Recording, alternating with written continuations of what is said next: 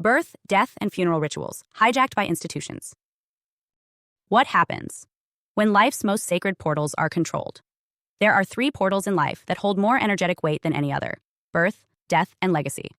These are not just moments on a timeline, they are gateways between worlds. They are thresholds where the soul either enters this dimension, exits it, or leaves its imprint behind. In ancient systems, these thresholds were treated with the utmost care. Sacred rites were performed not to decorate the moment, but to protect it. Because when you're dealing with portals, you're dealing with energy. And wherever there is powerful energy, there are entities, systems, or forces that want access to it. In the spiritual realm, birth is a calling in. It is the tethering of a soul to a body. It is not just physical labor, it is dimensional coordination. The womb becomes a portal. The mother becomes a gatekeeper. In ancient midwifery, birth was attended not just by helpers, but by ritualists, often women who knew how to chant, cleanse, breathe, and hold space for a smooth descent of spirit. The child was welcomed into the world not just by light, but by recognition. Someone would speak the name aloud. Someone would anoint the body. Someone would say, "You are here now, we see you." Contrast that with today's standard birthing process. The moment labor begins, a mother is rushed to a medical facility. She's hooked to machines, monitored, and prepped for intervention. She's in a building that runs on synthetic light, surrounded by strangers, possibly sedated. Her body is in transition, but her soul is disconnected from the moment. And when the child is born, the room is full of noise, beeping, talking, paperwork. The baby is handled by gloved hands, tagged, poked, and in many cases vaccinated within minutes. The ritual is still there. It's just been replaced with mechanized procedure. But spiritually, that moment is everything. The first breath, the cord cutting, the sound imprint of the environment, it all writes code onto the child's system. And when that moment is invaded or interfered with by institutions, what's being hijacked is entry authority. It's not just about trauma. It's about ownership of the arrival space. In some systems of esoteric control, the early disruption of birth is intentional because it creates a disoriented entry point, a more malleable identity, and a soul that's easier to steer. Now let's move to death, the other end of the spectrum, but equally sacred. In the ancient world, death was not a horror. It was a completion ritual. Entire ceremonies were designed around helping the soul leave the body. Families gathered. Stories were told.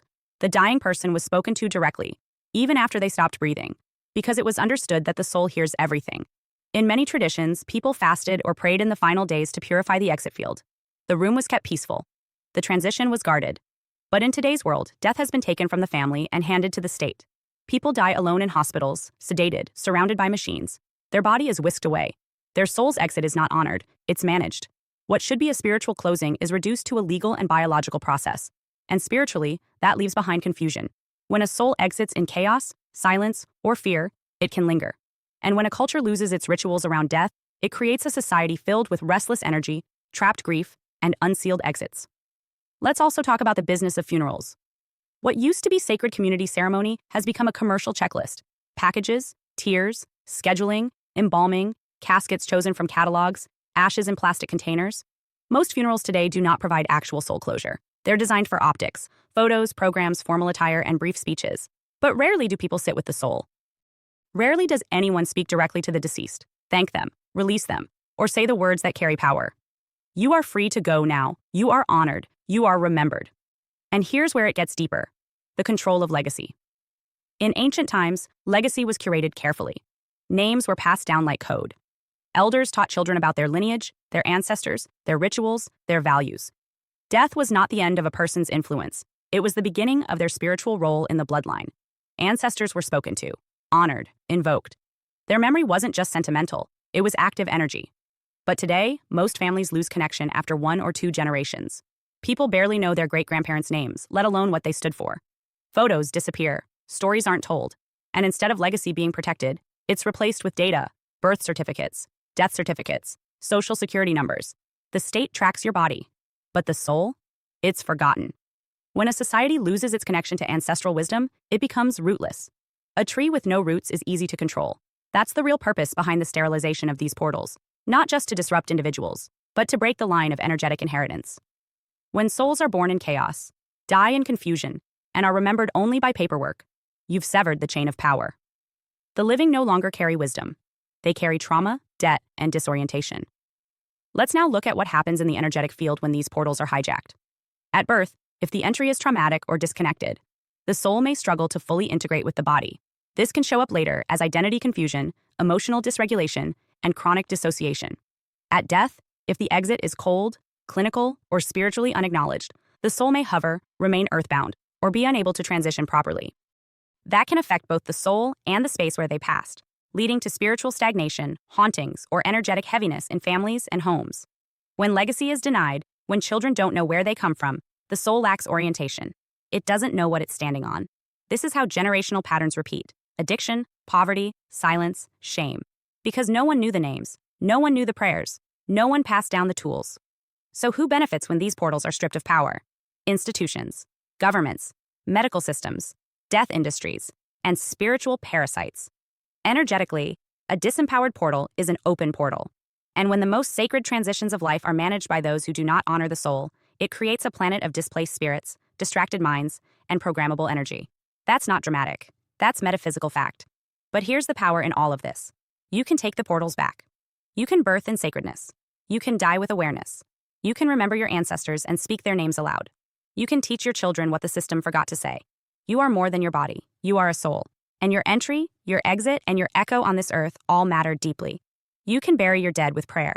You can release them properly, even years later. You can light the candle, say the words, reconnect the chain. Because when you take back the thresholds, you take back the map. The soul stops wandering. The family stops repeating. The energy begins to flow again. These portals are not theirs to own. They were never meant to be mechanized. They are yours. They are ancient. And it's time to reclaim them, not just spiritually, but energetically, ceremonially, and intergenerationally. Because whoever controls the portals controls the people. But when you remember the rituals, you take the gates back. Welcome back. I'm Adeline Atlas, 11 times published author, and this is the Soul Series, where we go beyond the surface of self-help, beyond the noise of the mind, and straight to the intelligence of the soul. This is not a motivational series. This is a remembrance. A return to the part of you that never forgot why you came here, even when the world tried to make you forget. If you've been searching for your purpose, your clarity, your power, not just on paper, but on a soul level, this is the series that delivers it. We're not playing small here. This is spiritual science meets divine design, a roadmap for awakening, alignment, and mission. Here's what's inside. Soul Game. Discover your purpose by design. Life is not random. It's a map, and your soul came in with a blueprint. In this module, we dive deep into the soul's architecture, why you're here, what you're built for, and how to stop surviving and start living by design. This isn't a guessing game. It's your coded mission. Soul surgery, the work of iconic soul surgeons. You've heard of heart surgery. But soul surgery? That's legacy work. This session explores the sacred role of soul surgeons, those who guide others through identity death and spiritual rebirth. We break down how true soul-level transformation happens and why it's the most powerful healing work on earth. Soul portals, life, death, and iconic transitional moments. Every soul enters and exits through a portal, but most people miss it. This module teaches you how to recognize soul portals, births, deaths, awakenings, relationship ruptures, and treat them as sacred rituals, not random chaos. This is where real magic lives. In the thresholds, miracles are real. You've been trained to believe in logic, but the soul operates through synchronicity, serendipity, and sudden shifts. This lesson rewires your mind to expect the impossible, because when your soul is aligned, the universe responds. We break down real miracles, real patterns, and how to become a magnet for the miraculous. Right sight, perception, and reality. The world you see is not the only world there is. This powerful teaching dives into the mechanics of spiritual perception, how your lens creates your life. You'll learn how to reprogram your sight to align with truth, not trauma. Because when you see clearly, you create cleanly.